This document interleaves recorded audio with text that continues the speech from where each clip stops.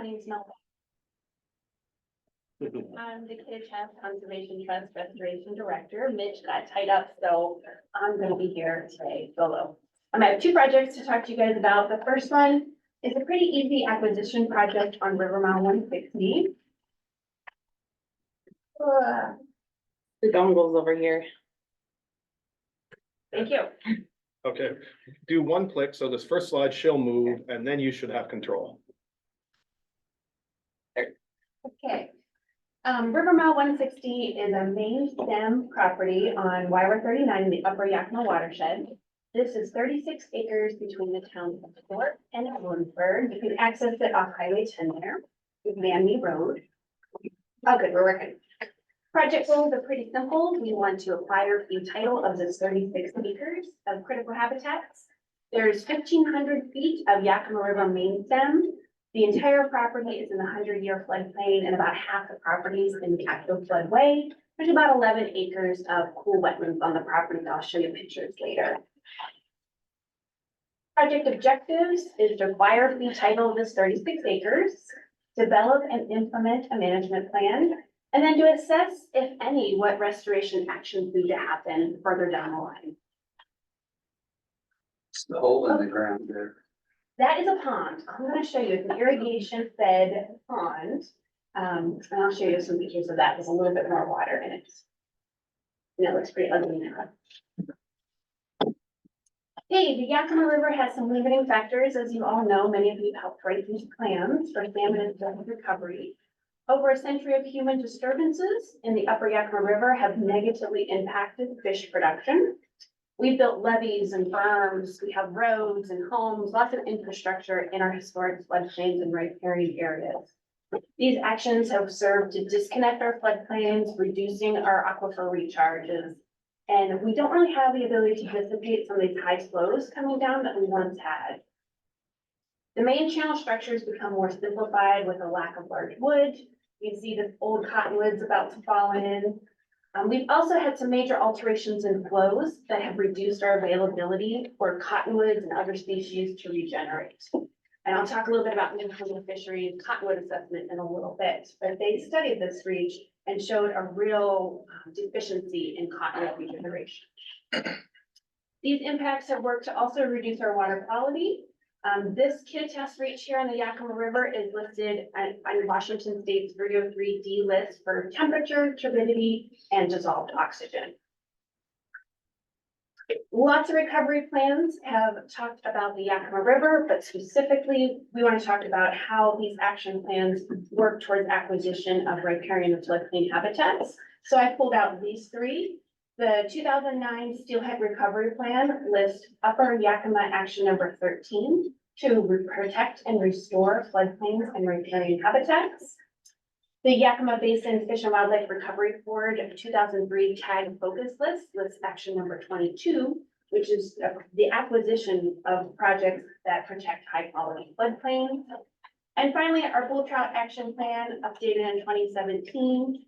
This stretch of river is FMO habitat, so I added this one, Upper Yakima Action Number 2, Step 2, land acquisition, as important for bull trout recovery. There's also been some supportive literature. Stanford et al. In 2002 has a really nice quote here. This is his reaches report. He looked at this Kittitas reach in particular. He said the acquisition of floodplain habitat in all reaches that he studied should be a priority, particularly those areas that yet maintain some degree of habitat complexity. Mid-Columbia Fisheries, as I mentioned earlier, did their study in 2022 of this reach, and they called out acquisition as an important factor to protect riparian and floodplain habitats. This cute kiddo is my kid. It's a piece scale. But I wanted to show the Yakima River Kittitas Reach is important for juvenile and adult steelhead, as well as all life stages for spring Chinook. We also have coho, FMO habitat for bull trout. We have rainbow trout, cutthroat, lamprey, and then other aquatic species utilize this reach as well. And you can see why water quality is an issue for these important banks. As I mentioned earlier, all 36 acres is in the 100-year floodplain, about half the properties in the floodway. and 1,500 feet is frontage of the Yakima River. There's been previous land conservation efforts in the Kittitas Reach, most notably the Springwood Ranch upstream at the uppermost section of the Kittitas Reach. They acquired 2,000 acres in publicly owned, it will be in publicly owned status. Then coming down the reach a little, that pinkish blob is our Thorpe acquisition. Kittitas Conservation is closing on that reach hopefully this summer. And it's about 235 acres of floodplain habitat, riparian, and there's a lot of potential for really cool restoration to do on that property.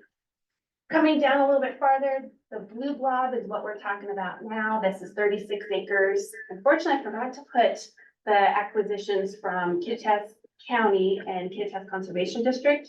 They own a little bit of property right adjacent to us, about 45 acres, but it abuts this property on River Right. And then down the big green polygon is Kittitas County's efforts to move back levees, acquire properties, and do a whole bunch of planting down at the bottom of this Kittitas Reach. So you can see there's been a lot of conservation of lands in this reach already, and we're just trying to keep going on that with a willing landowner at this time. The green includes reclamation too. Oh, good. I think that's part of the show. Yes, you're right. Thank you, Sean. So I wanted to dive a little deeper into the habitats on this property. I mentioned wetlands. So first we have about 4.6 of riverine habitat. Those two ponds I mentioned, one, I'm not going to try to use the pointer, is a little frog pond down here in the bottom. And then up in the northern part, we had that pond you guys saw in the beginning, and I have a better picture. That one's irrigation fed. The one in the bottom is just seeping from the Yakima River. We also have about 6.7 acres of forested shrub wetlands and about 5.6 acres of emergent wetlands. The wetlands are about 11 acres on this property. And here are some photos of that different types of wetland habitat. The one on the left, I just drew a little polygon so you could see the vegetation difference. There's some open, it used to be a historic grazing pasture, so there's some dryland grasses. And then you'll see these little sedges and rushes popping up, kind of neat. And then my kiddo wading through a forest of cattails, that's down near the frog pond on the southeastern part of the property. And then this is a better picture of that pond you were asking about, the northern. Irrigation fed, but it does maintain a little bit of water this time of year before it flows come on. We also want to protect recent investments. Mid-Columbia Fisheries has put in over $285,000 of restoration efforts to restore water quality and promote riparian habitats. They've planted about 2,000 plants since 2021. They've also had 3 years of irrigation. They've battled weeds. You can kind of see the fencing around the outside of the polygons. They put up browse fencing. And then this top picture here, that's 2.4 acres that was once annual weeds, and they're converting that to native grasses. It was just planted last fall. This is all on the same 36 acres? Yes, sir. So Mid-Columbia Fisheries wants to expand their restoration potential. You can see there's additional areas that can be planted. They have a bunch of browse protectors still on plants, but that can be taken down in 5 to 10 years when they get large enough. There's some weed matting and irrigation that they're working at removing. So they have plans and they've invested in this property already. Other potential restoration, you can kind of see this brown berm. This is the Palusta Cascade Trail that comes down, and then it has a 90-degree right angle that walks up the property. That's what my kiddo was walking on there. It's an old railroad berm. It is disconnecting the river from its floodplain. How much restoration, how much benefit will we get if we remove that? We're not really sure, but just saying there could be future restoration actions if we remove that levee. And then you can see the one running north to south there as well. So there's 2 levees on the property. So you would acquire that? Is that what you're saying? We would acquire this 36 acres and there are 2 levees on that property. And would you be able to remove them, or there's some kind of county or Corps or some other contaminants with those? Not sure. These are all just ideas of future potential that we'd have to look at. Yeah, it's far away from any infrastructure. Of course not close to the Calista Cascades, but this goes all the way down in the property, kind of a little angle. Can you just show us the property line so we see, is it the piece that's under the 60 that's on the Yeah, property? so here's this gray paint line is the property Yep. line here. So the but- part of the levee is the part that's It's- under the 60 that you could potentially remove, Yes. and the rest of that levee is on someone else's property. No, the county layers are off. Okay, Yeah, we'd have to really survey exactly where it is. The looks landowner like it's took on me, DNR. the landowner took me out there and she's got some private property signs on the levee. So we do believe, she believes anyway, it's on her property. That'd be something helpful to track down and include in the application before we evaluate this.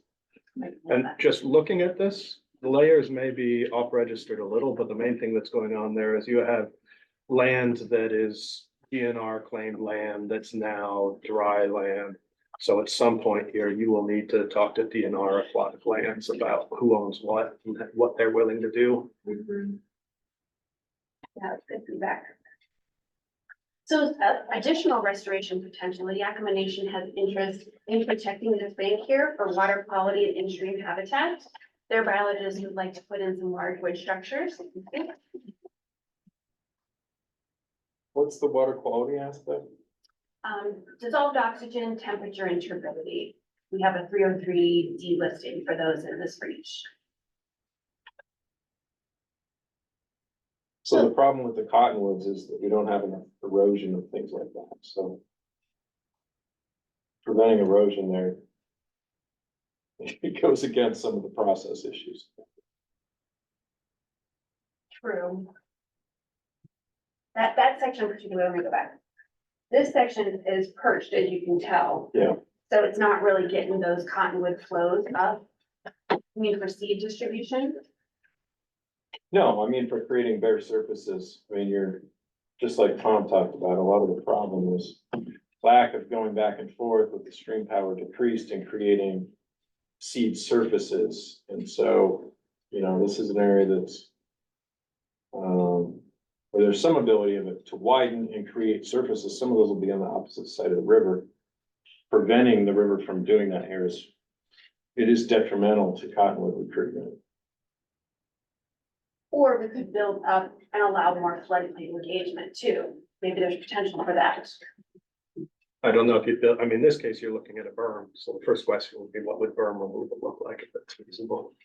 Well, a lot of the site is perching. Yeah. I just meant in photograph. So is that an artificially constructed berm that your son is walking around in? No, I think it's a natural little terrace. I Yeah, don't. the right side's not berm. Correct. The way the river moves through this area, it's even at banks like that, so you have berms in a lot of the areas. But that's one of the risks, or one of the issues we have with recreation on that stretch of river is the lack of access because of the berms. For getting people out, but it's, And I don't think this is a used recreational area. because No. it's downstream of Yeah. the diversion. yeah. Or questions? Okay. Another really cool opportunity for this project, if it was conserved, Mid-Columbia Fisheries wants to put their salmon education site here. They're gonna try that out this year. So they serve communities of Easton all the way down to Kittitas schools, and they do field trips where they release their salmon into the river. They'd really like to use this site in perpetuity because it has such great access to the river. There's a little boat launch, so I'm sorry I didn't put a picture in, but it's a private boat launch that could give kids access to the river. Again, it's centrally located, really close to Ellensburg. They also have a careers in conservation program where they take out high school kids, young college students, get them engaged with careers in fisheries, stewardship, conservation, and they would use this site in order to do that. In the past, they have had, I think, 1 or 2 landowner meetings. The current landowner really wants to promote conservation.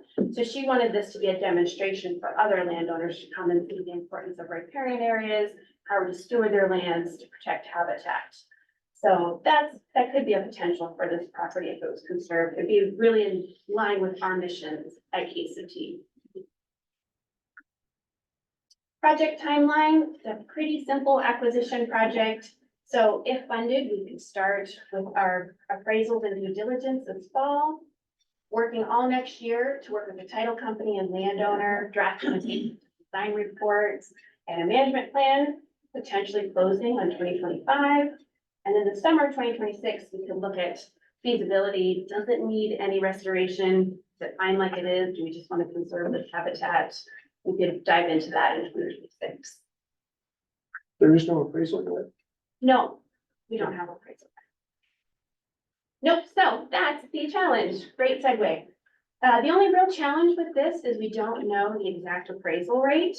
Fortunately, we're just coming off that Thorpe acquisition, so we have a really good idea on what closing, taxes, environmental audits, what all that is gonna cost this project. The landowner did have appraisal a few years back that we looked at, as well as our Thorpe acquisition and the Kittitas County tax parcels. So with those pieces of evidence, we feel it's a pretty good conservative estimate. We could acquire the property, do a stewardship plan, put a couple educational signs out and maintain the lead for about $834,000.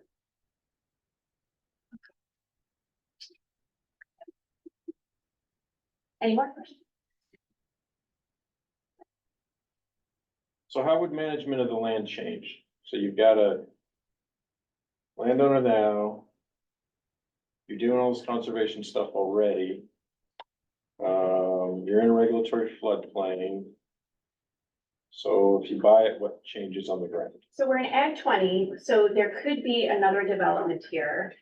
She doesn't want to see that happen. She wants to see conservation, but our situations always change. We're always getting older. And she wants to make sure it's conserved in a way that can be protected in perpetuity in case she needs to sell it. So she's gonna keep her section. She's gonna keep 20 acres and, 20 acres, and then we'll have the 36. She's got 2 parcels now. That still gives her flexibility if her health changes or whatever, that she can still sell that later. We were looking at acquiring the whole property and doing a conservation easement, but we figured the land acquisition would be a better because it puts it in conservation status in perpetuity. You won't have boundary lines, you won't have encroachment issues. Just seemed much easier to manage the smaller portion and leave her all the infrastructure. It would be helpful, if you could include, because it's part of our evaluation stuff specifically for acquisitions, is what's the development risk, right? Because we're paying to reduce the risk. So, something that looks at risk that isn't just, it could be developed, but, what are the existing protections under, shorelines, critical areas, et cetera, because it's not all developable, right? I mean, if there's so many acres of wetlands as well, that's helpful, figure out the scoring. Yeah, that's good feedback.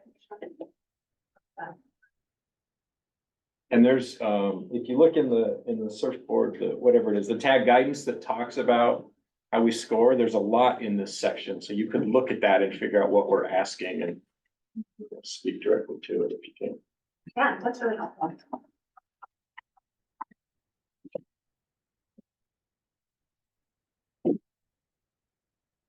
Anybody else? And let Sean win the prize for most questions today. As always.